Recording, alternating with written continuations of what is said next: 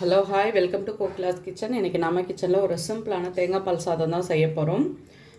ரொம்ப சிம்பிளான ரெசிபி, ஆனால் டேஸ்ட் ரொம்ப நல்லாயிருக்கும். காரம் சாப்பிட முடியாத சமயத்தில் இது செய்து சாப்பிட்டோம்னா ரொம்ப நல்லாயிருக்கும். இப்போ நான் வந்து அடுப்பில் குக்கர் வச்சாச்சு. கொஞ்சமாக எண்ணெய், அதே மாதிரி கொஞ்சம் நெய், ரெண்டுத்தையும் தான் சேர்த்து செய்ய போகிறேன். ஒரு ஸ்பூன் அளவுக்கு நான் வந்து எண்ணெய் சேர்த்துருக்கேன். நார்மல் ரீஃபைண்ட் ஆயில் தான் சேர்த்துருக்கேன். இது கூட கொஞ்சமாக நெய் ஆட் பண்ணிக்கிறேன். சும்மா வாசனைக்காக தான். ஸோ கொஞ்சமாக இருந்தால் நெய் வந்து கொஞ்சமாக இருந்தால் போதும், ஜாஸ்தி ஊற்றணும்னு அவசியம் இல்லை. கொஞ்சமாக அந்த வாசனைக்காக தான் சேர்த்துருக்கு.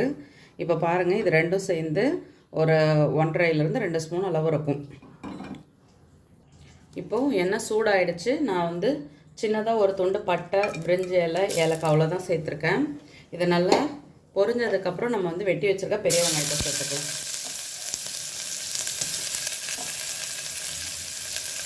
இது கூடவே நான் வந்து கொஞ்சமாக இஞ்சி வந்து இதை மாதிரி சின்ன சின்னதாக கட் பண்ணி வச்சுருக்கேன், நீளமாக, அதையும் சேர்த்துக்கிறேன். ஒரு 4 முந்திரி பருப்பு அதை சேர்த்துக்கலாம். வெங்காயம் ரொம்ப வதங்க வேண்டாம், ஓரளவுக்கு அது வந்து கலர் மாறினதுமே நம்ம வந்து இது கூட நான் வந்து ஒரு 2 பச்சை மிளகாய், பட்டாணி, கேரட் இது 2 எடுத்துருக்கேன் இன்றைக்கி ரைஸில் போடுறதுக்கு. சில பேர் காய் சேர்த்தும் செய்வாங்க, சேர்க்காமலும் செய்வாங்க. நான் சும்மா காய் இருந்ததுன்னு அதில் சேர்த்துக்கிட்டேன். இப்போது இதை வந்து நல்லா மிக்ஸ் பண்ணிக்கலாம். இதுக்கு கொஞ்சமாக உப்பு சேர்த்துக்கலாம். இன்னும் நம்ம உப்பு சேர்க்கல. இப்போ ரைஸ்க்கு தேவையான அளவு உப்பு.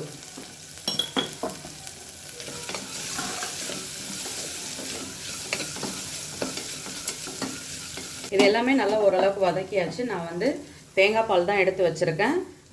கொஞ்சம் திக்காகவே எடுத்துருக்கேன். ஸோ 1 டம்ளர் வந்து தேங்காய் பாலும் 1 டம்ளர் வந்து அரிசி ஊற வச்ச தண்ணி தான் சேர்த்துக்க போகிறேன். இப்போ வந்துட்டு நான் இந்த டம்ளரால் 1 டம்ளர் அளவு அரிசி எடுத்து ஊற வச்சேன். ஸோ அந்த டம்ளராலேயே நான் அளந்து தண்ணி ஊற்றிட்டேன். இப்போ வந்துட்டு ரைஸ் ஊற வச்ச தண்ணியை சேர்த்துக்கலாம்.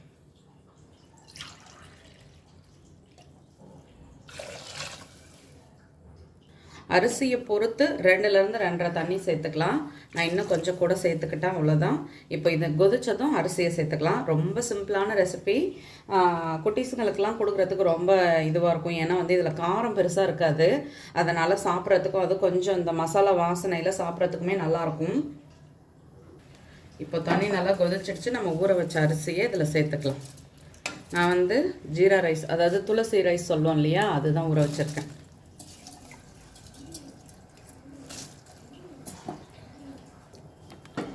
நீங்கள் விசில் வேணாலும் அப்படியே விசில் விட்டுக்கலாம். நான் வந்து விசில் விட மாட்டேன். இதை வந்து கொஞ்சம் நல்லா தண்ணிலாம் வற்றினதுக்கப்புறம் அப்படியே கேஸ்கெட் போட்டுட்டு அப்படியே சிம்மில் மூடி வச்சுருவேன். அதுவே எனக்கு சரியாக வர மாதிரி இருக்கும். நீங்கள் விசில் போடுறீங்களா இருந்தால் உங்கள் அரிசியோட இது உங்களுக்கு தெரியும் இல்லையா. ஸோ நீங்கள் வந்து விசில் விடுறதா இருந்தால் நீங்கள் எப்படி விசில் போடணுமோ போட்டுக்கோங்க. இப்போ பாருங்கள், தண்ணி எல்லாமே ஓரளவுக்கு வற்றிடுச்சு. நான் இந்த ஸ்டேஜில் மூடி போட்டு வைக்கிறேன். அது வந்து ரெடி ஆனதுக்கப்புறம் நம்ம ஓப்பன் பண்ணிவிட்டு பார்க்கலாம். 10 நிமிஷம் அப்படியே நம்ம சிம்மில் போட்டு அப்படியே வச்சிட வேண்டியதான். அது நல்லா விசில்லாம் விட வேண்டாம், சும்மா விசில் மட்டும் போட்டு விட்டுட்டு அப்படியே சிம்மில் வச்சோம்னா அது கரெக்டாக வெந்து வந்துடும். ஸ்டீம் இப்போது ரிலீஸ் ஆகிடுச்சு. ஓப்பன் பண்ணி பார்க்கலாம். இங்கே பாருங்கள், தண்ணியெல்லாம் வற்றிடுச்சு, சூப்பராக வெந்து வந்திருக்குது. நான் வந்து விசில்லாம் பெருசாக விட மாட்டேன். இந்த மாதிரி தண்ணி வற்றினதுக்கப்புறம் அப்படியே சிம்மில் வச்சுருவேன். எனக்கு வந்து கரெக்டாக வந்துடும். சூப்பராக ரெடி ஆகிடுச்சு ரைஸ், நல்லா கமகமான்னு. இங்கே பாருங்கள், அழகாக உதிரியாகவும் வந்துச்சு. ரொம்ப சிம்பிளாக இருக்கும், ஆனால் சாப்பிட்றதுக்கு ரொம்ப டேஸ்ட்டாக இருக்கும். இப்போ இதை வந்துட்டு நம்ம வந்து பிளேட்டில் மாற்றிக்கலாம். அழகாக வந்திருக்குது.